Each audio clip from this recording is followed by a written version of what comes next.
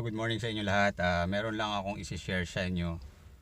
Quick video lang to, no, sa tungkol sa spark plug removal tool, itong deep socket spark plug removal tool. Ito sa mga naka 4G 92 Dock Mybec, hindi siya kakasya. Kahit anong 16 deep socket or socket, hindi siya kakasya doon sa tube, spark plug tube.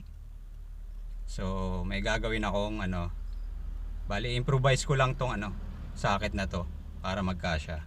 Papakita ko sa inyo kung bakit di siya magkakasya. So ang video na to sa mga naka 4G 92 Dock Mybec Gen 1 and Gen 2. Okay?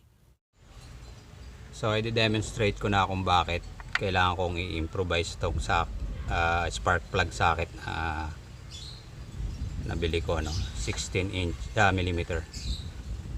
So ito yung dahilan. So itong video na to specifically dito lang sa 4G 92 Mybec. So yung mga standard spark plug socket hindi uubra dito sa tube na to.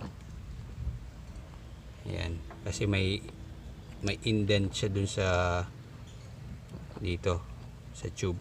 May indent siyang ganun kaya hindi kasya to. Hindi pumapasok yung socket. Ayan. Try natin. So hanggang dun lang siya.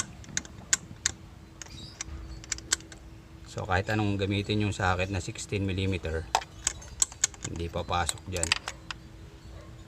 Kasi ayun, hindi kita basta mayroon talaga yung special spark plug removal tool dito para dito sa makina na to.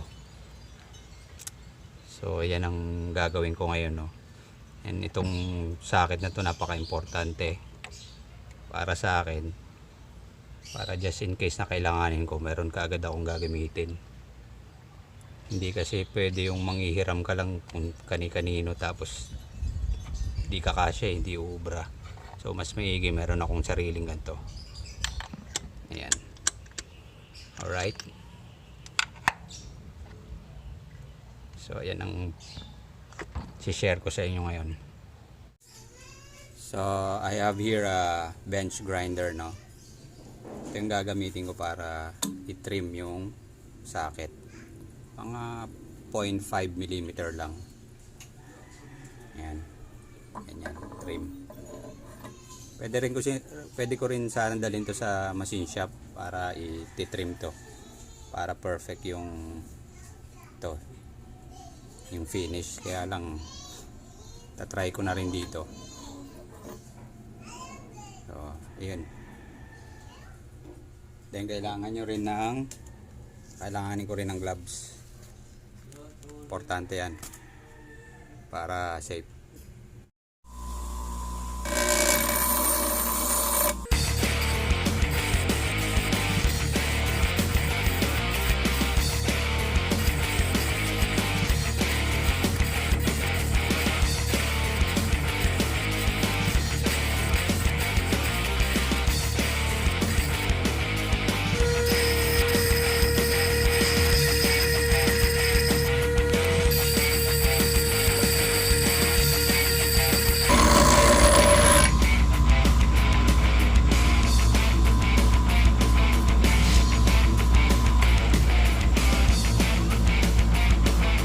To lilihain ko na lang, papakinisin ko na lang.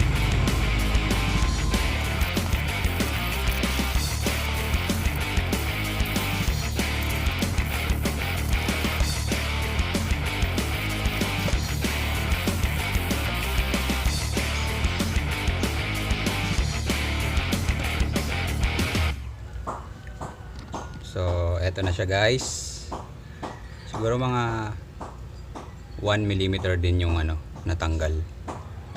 Ayan. Makapal pa naman siya. So ayan, tara. Try na natin.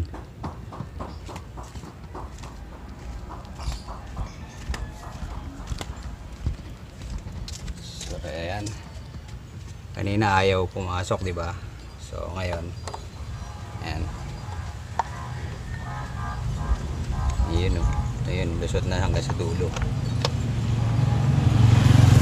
Okay, ayan. May konting allowance pa siya sa gilid. So alright, try naman natin kung makukuha natin yung spark plug using my ratchet. Yun. So may isa pang problema. Ito okay na, pasok na.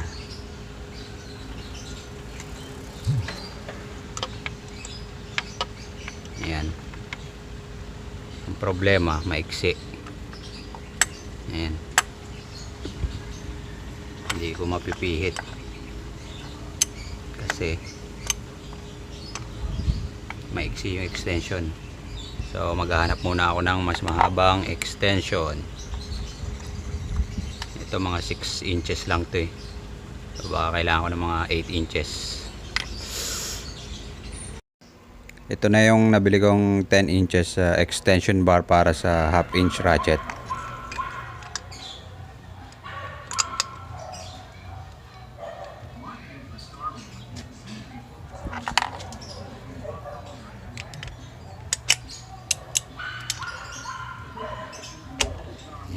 May hit siya.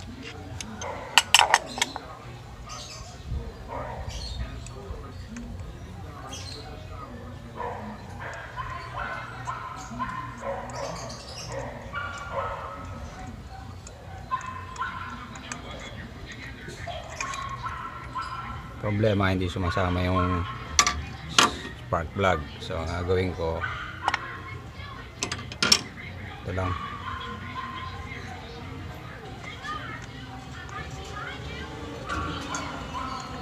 Yun.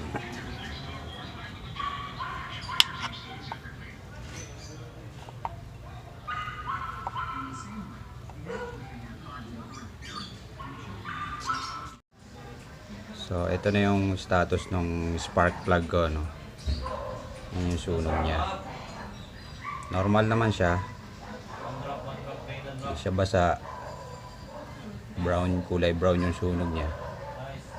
Hindi siya puti. So ayos. Ito nyo malalaman kung healthy yung sunog ng makina nyo.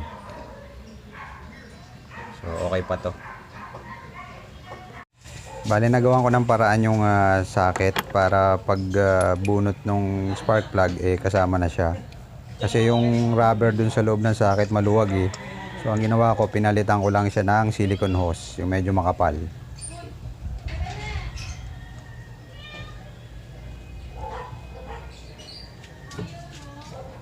So hand tight lang ang paghigpit ng spark plug. Pag masyado mahigpit.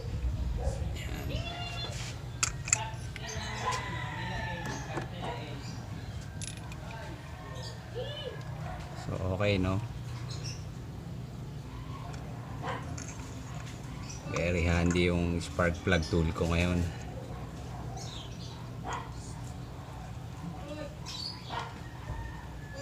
Actually ito talaga ang purpose ng kaya gumawa ako ng tool para ma-check ko yung spark plug kung papalitan ko na or hindi. So far okay pa naman. And then mahirap maghanap ng iridium na NGK iridium na same code.